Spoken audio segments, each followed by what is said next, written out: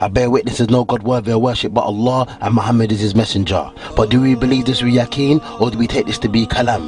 Do we really believe in the day that Malakul Maut will take our souls? Do you really believe in the day when a trumpet will be blown? Do you really believe in the day when the stars will drop out the sky? Do you really believe in the day when the whole of mankind will answer for their good deeds and their bad deeds? Do you really believe in the day when our books will be placed on our left hand or our right hand, and some of us will be placed behind our backs? Do you really believe in the day when the sun will be a mile away? Some of us will be sweating up to our ankles, some of us sweating up to our knees, some of us drowning in our sweat. Do you really believe in the day when hellfire will be brought in front of our eyes?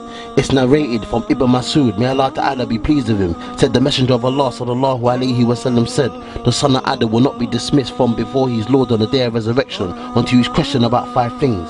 His life, how he spent it; his youth, how he used it; his wealth, how he earned it and how he disposed of it; and how he acted upon what he acquired of knowledge. Narrated by Timothy 2422, classified Hassan by Albani. Ask yourself this question: do you believe in the Quran and Sunnah, or do you take it to be a fairy tale? Why do we choose to be around bad company and aspire to be bad people? We boast about being gangbangers, murderers, and if anyone tells us anything, we'll lick them down. Allah Ta'ala says, taking one person's life unjustly is like killing the whole of mankind. Don't you know, on Yawm al-Qiyamah, the criminals will be brought forward in front of their Lord and dragged headfirst into the hellfire?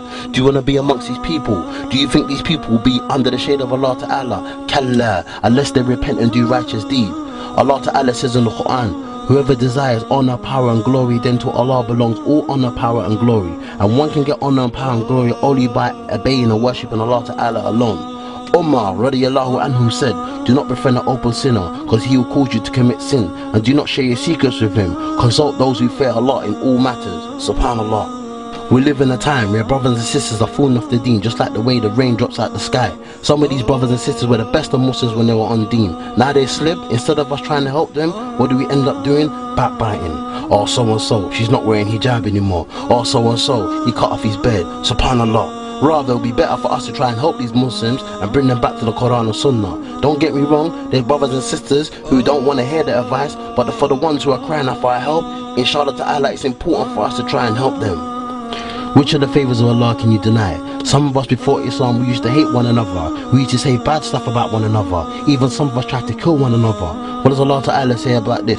Hold fast, all of you together, onto the rope of Allah, and do not divide amongst yourselves, and remember Allah's favour on you. For you were enemies to one another, but He joined your hearts together so that by the grace you became brethren, and you were on the brink of the pit of the fire, and He saved you from it. Thus Allah makes these ayats clear to you so that you may be guided. Subhanallah. And look at the state of the Muslim youth today. If you come across any of the shabab and you ask them who's the most expensive footballer in the world, it's easy for them to tell you. You ask them who won the league last season, it's easy for them to tell you. If you ask them who's the best rapper in the world, it's easy for them to tell you. But if you ask them to name 5 of the Sahaba, they'll be struggling. If you ask them to recite some of the Quran, they'll be struggling. It's important as a community, inshallah ta'ala, that we cultivate the kids to learn our deen and encourage them to be proud of our deen. Look at the Muslim community as a whole. We have so many problems and we're going like we're perfect. If you go to the masjid, you hear the uncles boasting about how we got the best masjid, etc. On the flip side, we have Muslims pimping women, we have Muslims selling drugs, we have Muslims claiming to be gangbangers and misguiding the youth. We also have young Muslims being abused. We have young Muslims committing suicide due to stuff happening in their family home. We also have a major problem with racism. Even though the Messenger of Allah Sallallahu Alaihi Wasallam said in his final sermon, there's no difference between a black man or a white man. There's no difference between an Arab and a non-Arab. The only difference is through our deeds. It's time we stood up and spoke about our problems as a community, as a ummah, inshallah ta'ala, instead of trying to brush them under the carpet. One quick advice to the Muslim parents. You say you don't want your daughter to get married until she goes to uni and gets a degree.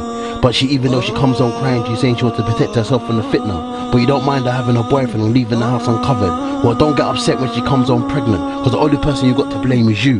This is not from the Quran and Sunnah. This is not from the way of the Salaf. Her degree is not going to get her to Jannah, but committing zina and adultery can take her to the hellfire.